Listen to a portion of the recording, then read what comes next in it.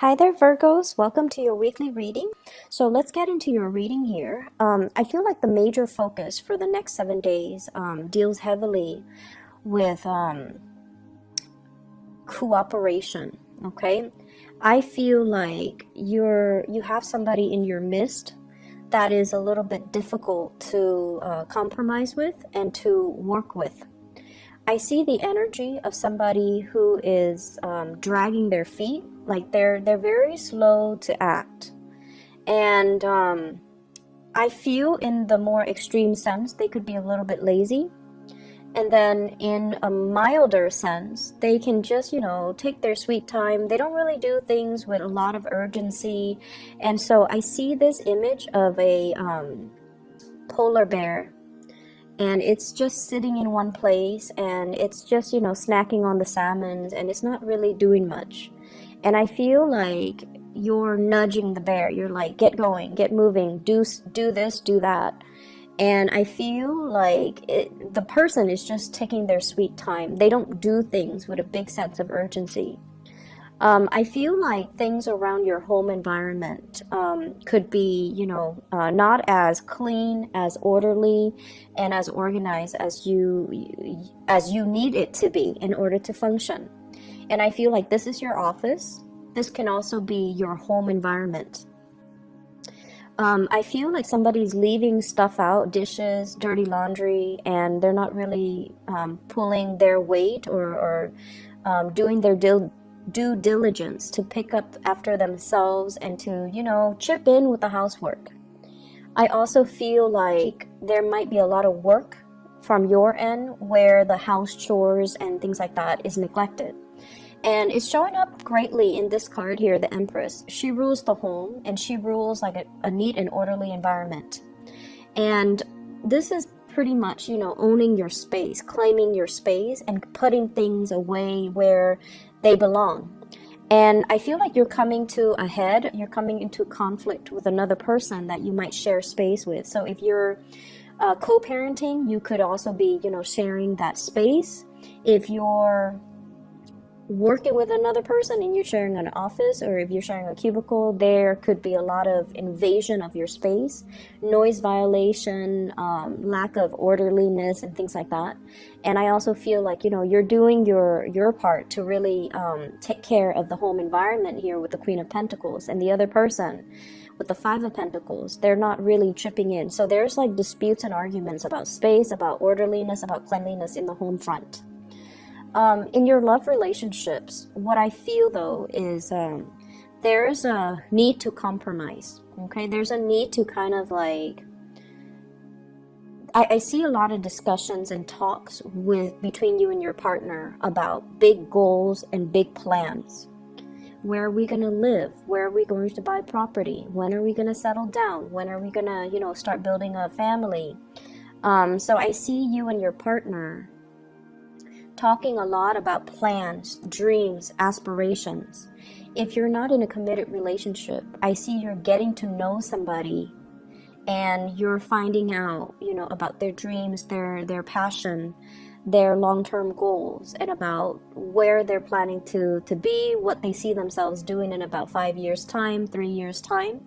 And I feel that the person that you're dealing with, we have here a fire sign, Sagittarius, Aries, or Leo. This is somebody who is, a leader in their own right, okay? So this is somebody that leads the way, that takes charge, that takes a lot of initiative. When it's in the reverse position, it's somebody who might be going through some type of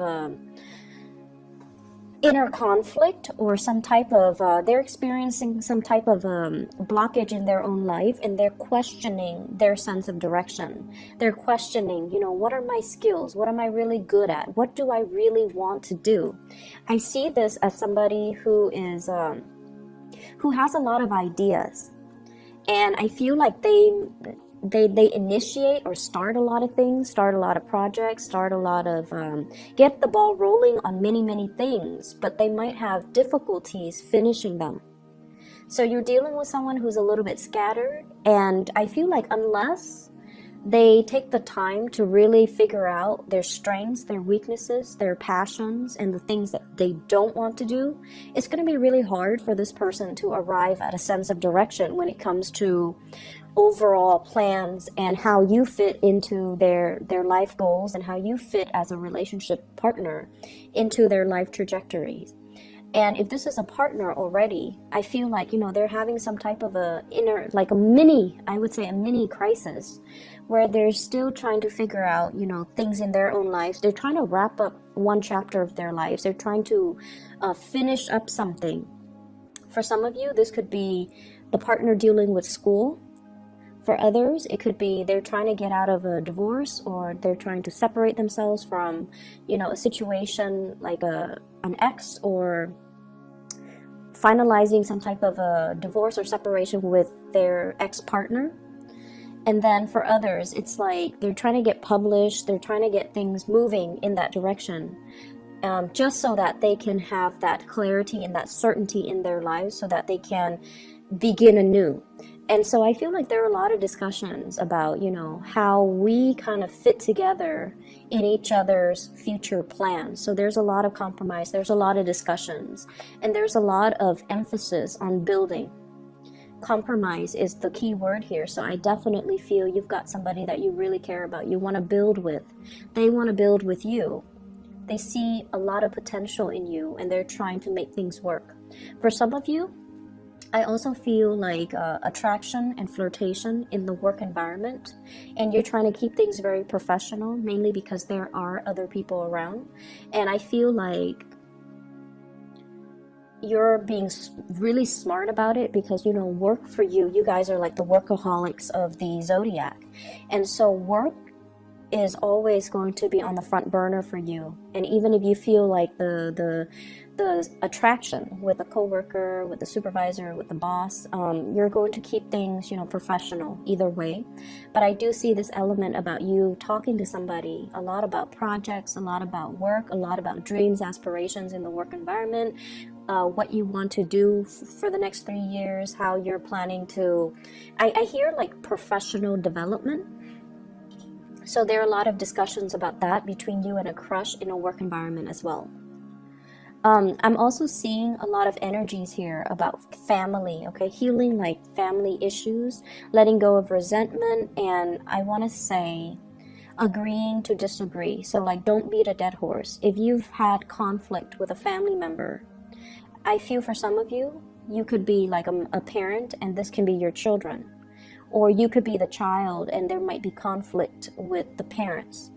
I see one person constantly telling the other person what to do, just like somebody giving advice or telling the other person what to do unsolicited.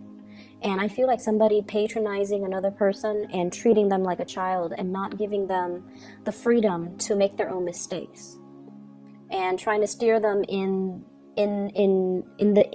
the direction that you want to go rather than in the direction that they want to go. So this can be you to a child or a parent to you. So I feel like a lot of that, there's like resentment. And I feel like when you meet up with this person, for the first 10 minutes, things can go really, really well. Hey, how are you? I've been thinking about you. What have you been up to? And then past that 15-minute mark, conflict starts to arise. They would say something and you feel like it's a criticism, or you feel like it's you feel like it's kind of like them digging at you. But I don't feel that it's meant to be that way. I feel like they're just very concerned. And so don't get too defensive. Hear what they have to say. And just envision yourself. A lot of the times when we deal with family members, we have too much history with each other. And so we know how to push each other's buttons. And then we automatically are always on the offense, on the defense with them because of the long history. And especially if it has been very contentious, if the relationship has been very problematic, and if there has been a lot of just resentment or misunderstandings, they can say something completely neutral.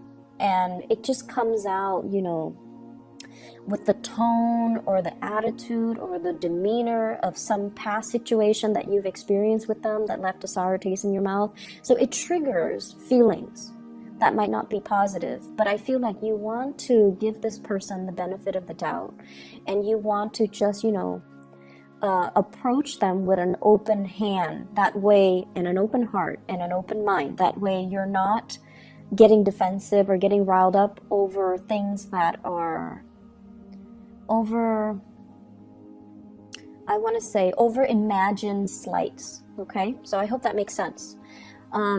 The Five of Wands, this is once again conflict, and it's a person against a tree. Different species communicate differently, and so I feel like there has been a lot of misunderstanding between you and a person, and I feel like the distance, you might live far away from them, so you don't see them on a regular basis, but when you see them, it starts out fine for the first few minutes, and then after that it just descends into chaos.